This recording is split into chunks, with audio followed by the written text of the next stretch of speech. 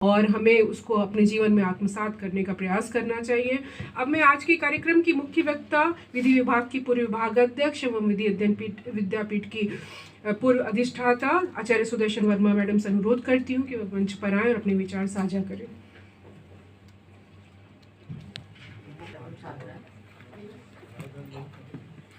अभी बहुत ही सुंदर शब्दों के साथ बलजीत श्रीवास्तव जी ने संत रविदास जी के बारे में बताया, उनकी धार्मिक प्रवृत्ति, उनकी सामाजिक न्याय और सामाजिक समरसता के प्रति उनका जो वर्णन था उसको बताया। मुझे भी मुख्य वक्ता के रूप में, मुझे नहीं पता था मुख्य वक्ता के रूप में मुझे बुलाया गया है और मैं उतना अच्छा वर्णन शायद नहीं कर पाऊंगी, लेकिन जिस रूप में मैंने जितना भी पढ़ा है और जिस रूप में मैंने रविदास जी को देखा है उसका थोड़ा सा उस पर प्रकाश डालना चाहूँगी। जो मेरे व्यक्तिगत व्यूज़ होंगे उनके बारे में, क्योंकि बहुत पहले कवि के रूप में कभी पढ़ा था उनको, तब शायद इस रूप में नहीं देखा था, सिर्फ पढ़ने के सिलेबस के एक पार्ट के रूप में पढ़ा। लेकिन आज जब मैं पढ़ रही थी तो उनकी महत्वता समझ में आई कि समाज में ऐसे संत जो हैं वो बार बार नहीं आते हैं और जो वो कर जाते हैं वो हमेशा हमेशा के लिए एक मानव समाज के लिए एक ऐसा आदर्श प्रस्तुत करते हैं जो सदैव अनुकरणीय होता है। संत रविदास जी के बारे में, उनके जन्म के बारे में, माता पिता के बारे में बलजीत जी बहुत अच्छे से बता चुके हैं, इसलिए मैं उस पर बहुत ज़्यादा नहीं बोलूँगी। लेकिन मैं इतना ज़रूर कहूँगी कि संत रविदास जी जो थे वो एक धार्मिक प्रवृत्ति के व्यक्ति, और धार्मिक प्रवृत्ति के जो व्यक्ति होते हैं सदैव वो अच्छे आचरण को ग्रहण करते हैं और सदाचरण को पर चलते हैं। तो रविदास जी जो थे उनका कहना ये था कि हमेशा जो है वो हमेशा राम का नाम, राजा राम का नाम, गोविंद का नाम, कृष्ण का नाम लिया करते थे, और उनकी जो कविताएं हैं उसमें भी इन शब्दों का प्रयोग उन्होंने बार बार किया है। और इसी धार्मिक प्रवृत्ति के कारण उनके कई ऐसे लोग जो हैं उनके भक्त बने और उनके आचरण को उन्होंने अनुकरणीय बनाया। लेकिन जब धार्मिक प्रवृत्ति की बात करते हैं तो रविदास जी कभी भी धार्मिक प्रवृत्ति में धर्म के नाम पर जिस तरीके की चीज़ें हो सकती हैं उस चीज़ को आडंबर नहीं करते थे, और वो केवल धर्म के नाम पर वो एक नेचुरल और ऐसे मतलब राम के नाम को उन्होंने भजा है, तो राम के नाम को अगर भजा है तो वो आत्मसात करके उन्हीं के ऊपर अपना पूरा फोकस रखते थे, और मतलब पूर्ण मन से, निष्ठा से। जैसे आज के समय में अगर पूजा की बात करें तो हम जब पूजा करने बैठते हैं तो केवल नाम के लिए पूजा करते हैं, और जिस भी ईश्वर को, जिस भी महापुरुष को हम मानते हैं उसके लिए जो ध्यान करते हैं तो वो आधा ध्यान हमारा उसमें और आधा ध्यान हमारा कहीं और भटकता रहता है। तो रविदास जी जो थे वो पूर्ण मन से पूजा और धार्मिक क्रियाकलापों की बात करते थे, और वो कहते थे कि जो भी कुछ करें, जो भी काम आप करें वो पूर्ण आत्मीयता से करना चाहिए, किसी के दबाव में आकर के नहीं करना चाहिए। उन्होंने जो उन्होंने हमें शिक्षा दी कि कठिनाई जो है वो हमेशा आती है जीवन में व्यक्ति के, लेकिन उस कठिनाई की वजह से हमें अपना सदाचरण, हमें अपना अच्छा रास्ता नहीं छोड़ना चाहिए। जैसे कि अभी बलजीत जी ने बताया कि रविदास जी जो थे वो एक अनुसूचित जाति वर्ग के उसमें पैदा हुए थे। तो ऐसा नहीं है कि आज के समय में जो आप जातिवाद देखते हैं उस समय पे कहीं और ज़्यादा जातिवाद था, और उनको जो है उनको भी ऐसी समस्याएं का सामना करना पड़ा जिसकी वजह से पूजा पाठ करने में उनको परेशानी हुआ करती थी। एक बार उनके खिलाफ ही शिकायत हुई कि ये जनेऊ पहनते हैं, ये तिलक लगाते हैं। तो उन्होंने कहा कि कोई भी धर्म जो है वो सभी व्यक्तियों के लिए बना है समान रूप से, जिसका मैं आचरण कर रहा हूँ, और वो आचरण जो है उन्होंने छोड़ा नहीं किसी की शिकायत करने से। उन्होंने कहा कि नहीं, हर व्यक्ति का अधिकार है कि वो जिस प्रकार का भी धर्म जो अपनाता है वो उसकी तरह से उसकी पूजा पाठ करे, और उन्होंने उसको कभी त्याग नहीं किया। उन्होंने कहा कि जाति पाति के आधार पर जो धर्म और आचरण की विविधता बताई गई है उसको उन्होंने नहीं माना।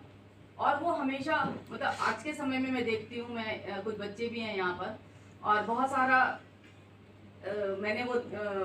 महसूस भी किया और सुना भी है कि लोग कहते हैं कि अगर हमें ये धर्म जो है समानता नहीं दे सकता है, हमें जो है ये धर्म हमारा अधिकार नहीं दे सकता है, तो हम इस धर्म को छोड़ देंगे। तो ये तो धर्म को छोड़ने वाली बात है। छोड़ना आसान है, लेकिन उस धर्म को अपना करके, उसकी अच्छाइयों को अपना करके अपने व्यवहार में अनुकूलता लाना और उसको अपने आचरण में लाना, क्योंकि अच्छी बातें अगर आप सीखते हैं तो वो ज्यादा प्रभावशाली होती हैं बजाय इसके कि आप उनकी नेगेटिव बातों को सीखें। और जब अच्छी बातें आप सीखेंगे तो जो नेगेटिव चीजें होती है, क्योंकि संत रविदास जी जो हैं वो रविदास जी ऐसे ही नहीं बन गए, उन्होंने भी बहुत सारी सामाजिक आर्थिक समस्याएं देखी, लेकिन उसके बावजूद भी उनका जो आत्मबल था, उनकी जो सच्ची निष्ठा थी, उसकी वजह से वो संत बने। वो संत पैदा नहीं हुए थे, उन्होंने अपने आचरण से, उन्होंने अपनी बल से, अपनी भक्ति से और उनकी जो आत्मशक्ति थी उससे अपने कार्यों के प्रति सच्ची निष्ठा से काम करते करते तब वो संत बने। तो संत कोई एक व्यक्ति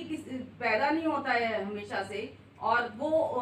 केवल मतलब जन्मजात उसमें जो गुण है अगर वो उसी को लेकर के बैठा रहे तो वो संत नहीं होता है। संत ये होता है कि वो जो उसको जन्म के साथ गुण मिले हैं उसके साथ साथ वो अपने जो कुछ समाज में रह के सीखता है, अपनी शिक्षा से सीखता है, उसको भी ग्रहण करके अपने उन गुणों में दिनों दिन जो है वो उसमें वृद्धि कर, वो व्यक्ति संत कहलाता है। इसीलिए रविदास जी जो हैं वो आज भी हमारे लिए पूजनीय और अनुकरणीय है, क्योंकि उन्होंने अपने कार्यों से अपने आप को यहाँ तक पहुँचाया है। तो मैं आप लोगों से यही कहूंगी कि आप लोग जो है वो अपने जो भी आप में क्षमताएं हैं उन क्षमताओं का पूरा यूज करें और उनको यूज करके सकारात्मक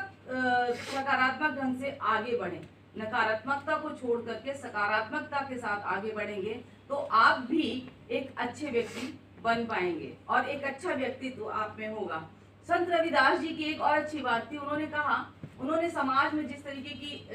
धारणाएं थी उस समय पर, उस पर बहुत कुठाराघात किया और उन्होंने कहा कि कोई भी व्यक्ति जन्म से ऊंचा और नीचा नहीं होता है, कोई भी व्यक्ति जो है केवल ऊंचा होने की वजह से पूजनीय नहीं होता है। उसने कहा कि ज्ञान जो होता है, उनका कहने का तात्पर्य था कि जो व्यक्ति अपने कर्मों से ऊंचा है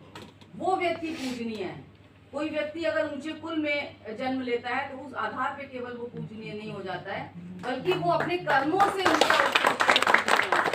संबंध उन्होंने कहा है, ब्राह्मण मत पूजिए जो होवे गुणहीन, पूजित चरण चंडाल के जो होवे गुण प्रवीण। तो ऐसा व्यक्ति जो छोटी पोस्ट पे बैठा हुआ है, जो आपसे कम पढ़ा लिखा है, अगर उस व्यक्ति में भी महान गुण है तो आपको उसको भी उतना ही सम्मान और अधिकार उसको भी उतना ही सम्मान देना चाहिए और वो भी आपके लिए उतना ही अनुकरणीय होना चाहिए। केवल ऊंचे पद पर विराजमान होने से हम किसी के अगर अनुकरणीय बन जाते हैं तो वो हमारी अंधभक्ति कहलाती है। तो हमको अंधभक्त नहीं होना है, हमको व्यक्ति के गुणों के आधार पर उनको अवलोकन करके उनका आचरण करना है।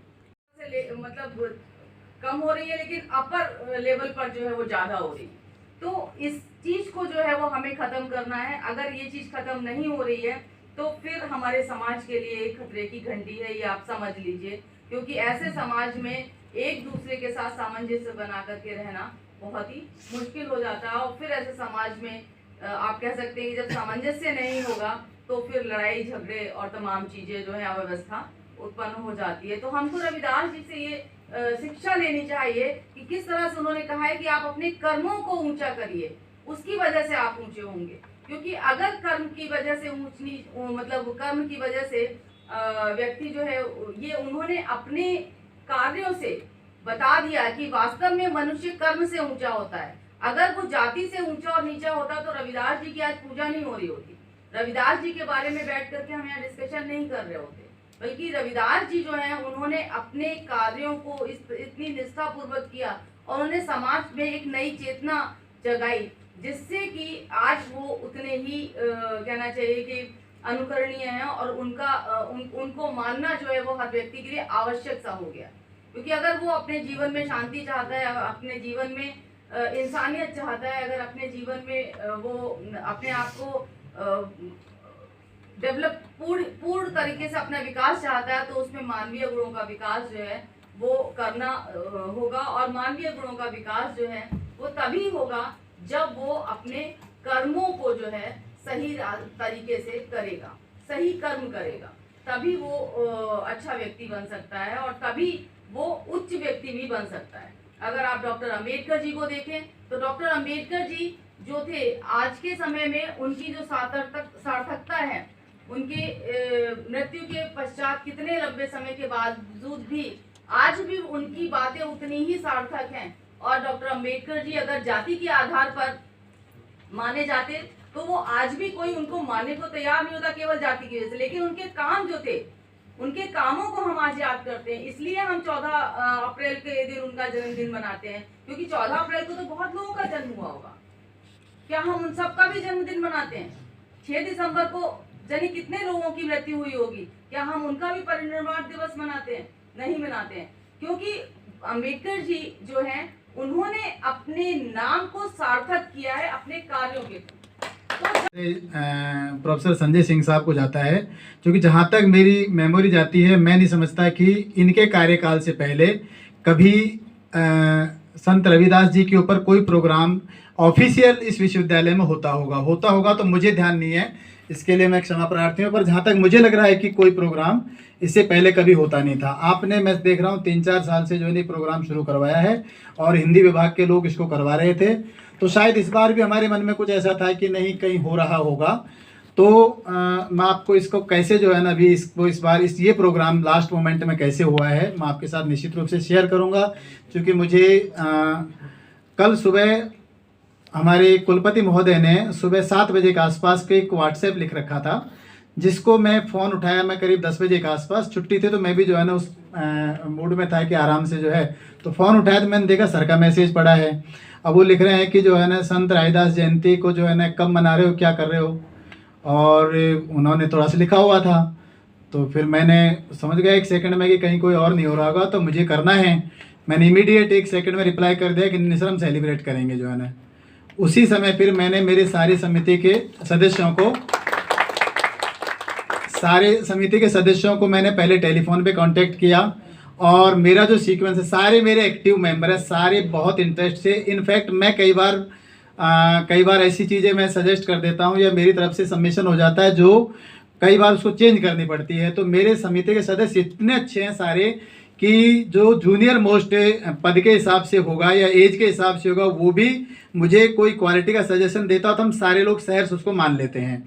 तो फिर हमको जो है ना सजेशंस में बातें करते करते 2-4 घंटे 5 घंटे हो गए, लिटरली मुझे 4 बज गए होंगे इस प्रोग्राम को। कल जो है 9 बजे से शुरू किया था, लेकिन सारे मेंबर्स ने मुझे कोऑपरेट किया। मेरे सारे समिति के सदस्यों ने जिसको कभी भी टेलीफोन किया, व्हाट्सएप किया, कल के कल ही इन्होंने बनाया। मैडम शालिनी जी को जाना था इलाहाबाद, वो रुक गई जो है ना। मैडम प्रीति जी बोली कि जो है ना क्या कर रहे हो बाबर साहब, ये जो है। सुफिया जी को फ़ोन किया, मैंने सभी लोगों को कांटेक्ट किया, सबने जो है ना इमीडिएट जो है ना 2-3 घंटे में प्रोग्राम फाइनल किया। फिर हम चाहते थे कि हमारे